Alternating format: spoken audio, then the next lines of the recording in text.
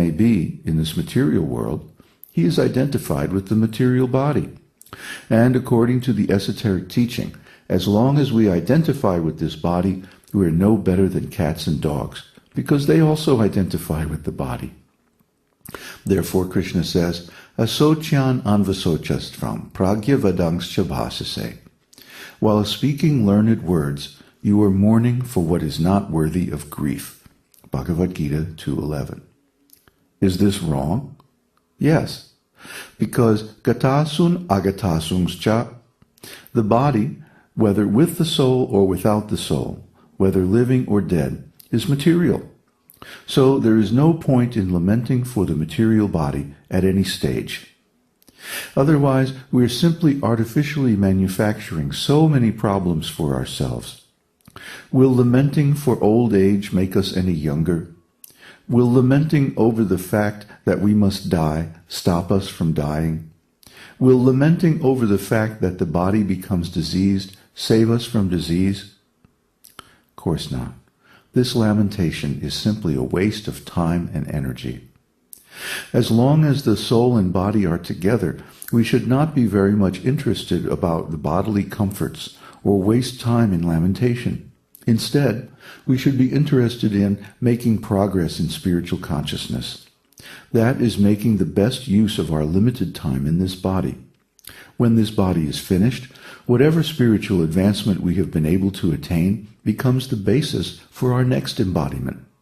And if we reach spiritual perfection in this life, we get a perfect spiritual body in the next life. But people in general are simply engaged in relentless pursuit of bodily comforts. The whole world is going on like cats and dogs, with no real spiritual life. Materialistic civilization means bodily comfort. They take it as a given that civilization means to increase the bodily comforts of life. That is their idea. But they do not seem to understand that even if we are able to increase our bodily comfort unlimitedly, the body still will die. But they do not see that. Instead, they say that, never mind that we shall die. So long as we live, yava jivet sukham jivet. As long as we live, let us enjoy sense gratification and live very happily. They do not see that this consciousness is exactly like animal life. So in the next body, they also become animals. So the esoteric teaching is a great science.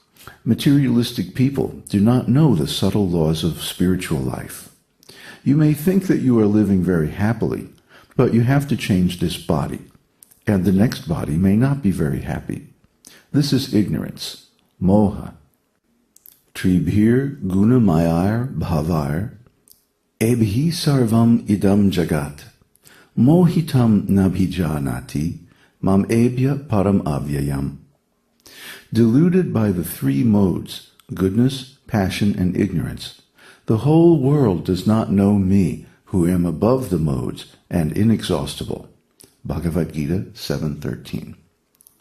Mohitam nabhijanati.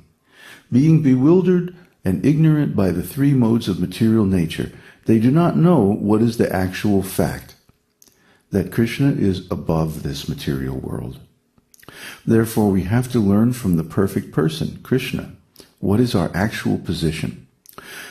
Here Krishna says that asocyan anvasocas tvam prajna-vadams bhasase gatasun agatasums cha nanusocanti panditah.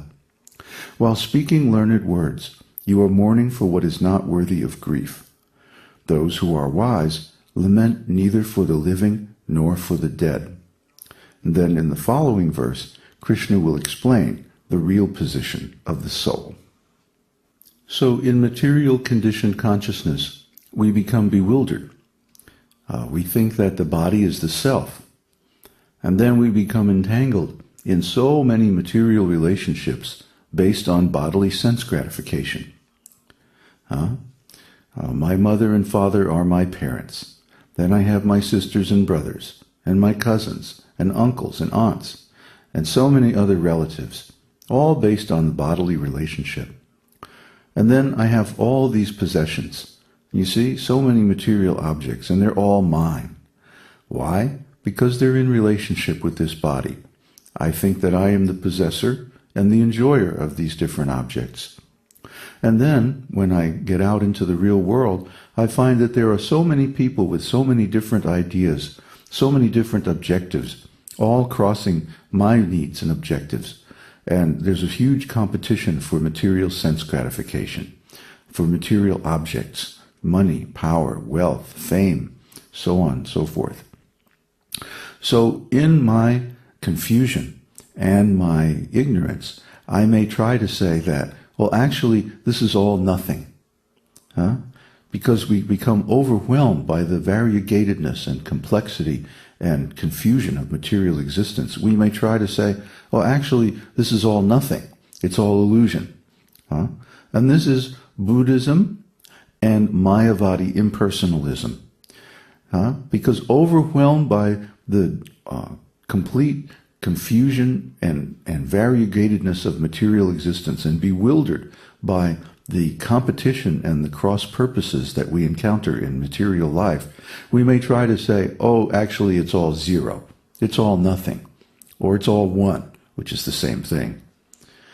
So, because these different philosophies are there, we may become tempted by them, and this is also a material thing. Why? Because real spiritual life is defined in the Vedas as being devotion to God, devotional service to Krishna. This is real spiritual life. Other theories are simply different people's ideas. They don't come from a higher source. They're just human inventions, and poor quality ones at that. People trying to deal with the complexity and the suffering of life. So to artificially make it all zero, then you can tell yourself, it doesn't matter. Well, but it does matter, doesn't it?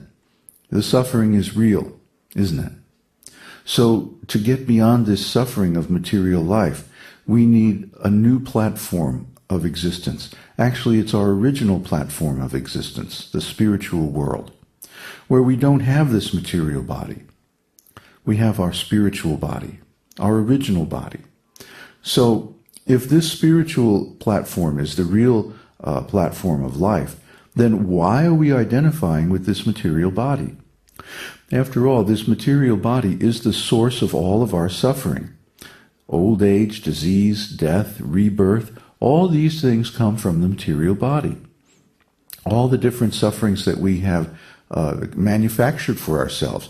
Oh, I'm not beautiful. Oh, I'm too fat. Oh, I'm getting old. Oh, this, oh, that. Different kinds of lamentation based on the material body. As soon as we give up our attachment and our identification with this material body, we become free from all this nonsense. And we get to pursue our original spiritual existence, our original spiritual identity in relationship with Krishna. This is real spiritual life, and this is the subject matter of the esoteric teaching. So we don't say artificially make it all zero, just make it all nothing and try to make believe that it's going to go away. It's not going to go away. You're going to have to take another body if you think like that. We say, take the advice in the Vedic literatures, take the advice of Krishna, the supreme authority, the supreme personality of Godhead, and use this valuable information to recover your perfect spiritual body.